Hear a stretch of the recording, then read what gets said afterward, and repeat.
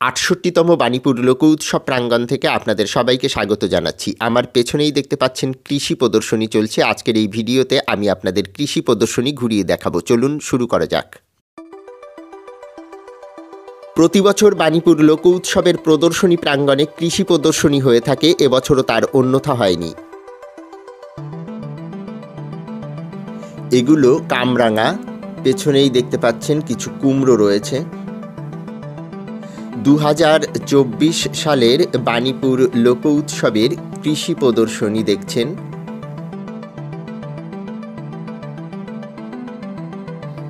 এখানে কিছু গাজর এবং ওলকপি রয়েছে, উপরের দিকে মূলো দেখতে পাচ্ছি, রয়েছে বেশ কিছু বিট। প্রতি বছর স্থানীয় কৃষকেরা এই কৃষি প্রদর্শনীতে অংশ নিয়ে থাকেন।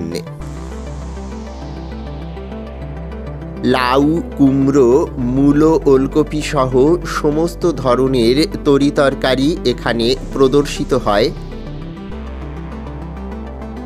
দেখতে পাচ্ছেন কৃষি প্রদর্শনী বাণীপুর লোক উৎসব প্রাঙ্গণ থেকে।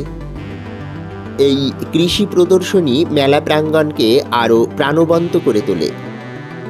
উপরে দেখতে পাচ্ছেন বেশ কিছু চাল কুমড়ো রয়েছে, রয়েছে পেঁপে, মেটে আলু। এগুলো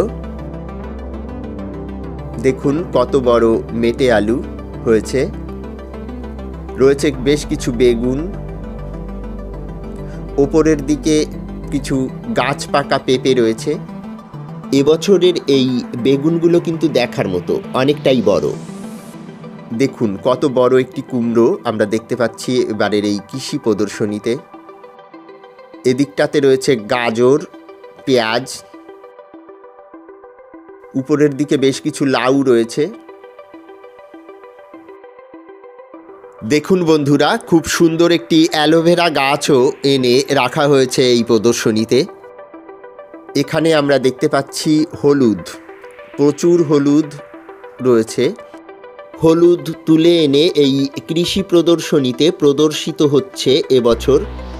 উপরের দিকটাতে দেখুন বেশ কিছু বাতাবি লেবু রয়েছে, রয়েছে ব্রোকলি, টমেটো, গাছ পাকা টমেটো রয়েছে এখানে, রয়েছে ওল।